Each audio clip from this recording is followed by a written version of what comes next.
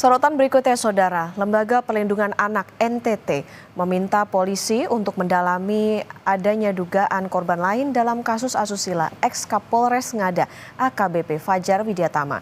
Untuk kasus hukumnya, Kompolnas sebagai pengawas akan memastikan tersangka dihukum seberat-beratnya.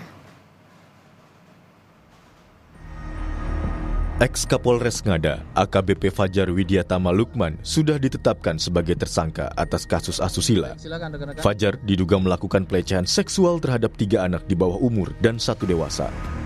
Lembaga Perlindungan Anak (NTT) meminta polisi untuk mendalami adanya dugaan korban lain dari aksi ex-Kapolres Ngada tersebut. Ketua LPA NTT, Veronica Atta, menilai korban biasanya malu untuk mengungkapkan peristiwa seperti ini, sehingga Veronica meminta kepolisian menggali lagi informasi adanya dugaan korban lain.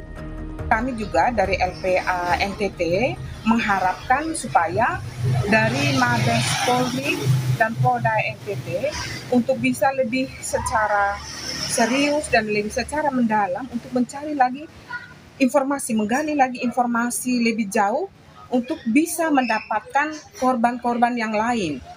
Supaya tindakan ini memang benar-benar harus benar-benar tuntas untuk bisa diselesaikan.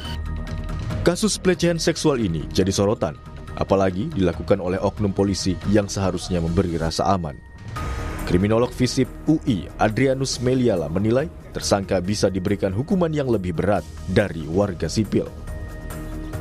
Ya, saya kira semua tidak keberatan ya kalau dikenakan pasal yang bersifat pemberatan ya. Mengapa? Karena sebagai polisi seharusnya dia melindungi, mengayomi, melayani. Maka seyogianya pula kemudian ketika dia mengingkari hakikat itu, maka kemudian dia dikenakan hukuman lebih berat daripada kalau hal yang sama dilakukan oleh orang lain. Gitu. Jadi jika itu misalnya berupa hukuman penjara 10 tahun misalnya, maka kalau kemudian dijadikan 15 tahun, 20 tahun itu lebih berat karena penegak hukum ya? Betul. Terkait hukuman maksimal, Kompolnas sebagai pengawas akan memastikan tersangka dihukum seberat-beratnya. Anggota Kompolnas, Yusuf Warshim, menilai peristiwa ini sangat memalukan. Yang penting proses ini kami pastikan bahwa ini benar-benar profesional, transparan, dan akuntabel. Ini kami sebagai pengawas, ini dulu harus kita pastikan. Baru yang kedua, ini kan peristiwa tadi sudah sangat begitu dirilis ya, tentu sangat memalukan gitu. Makanya apa yang disampaikan oleh sekelompok masyarakat di NTT itu sangat menggugah itu, bahwa ini perlu diberikan ancaman seberat-beratnya. Maksimal ya, karena kejahatannya luar biasa. Ini harus kita kawal, Audrey, karena korbannya itu lebih banyak adalah anak. Ini harus kita kawal.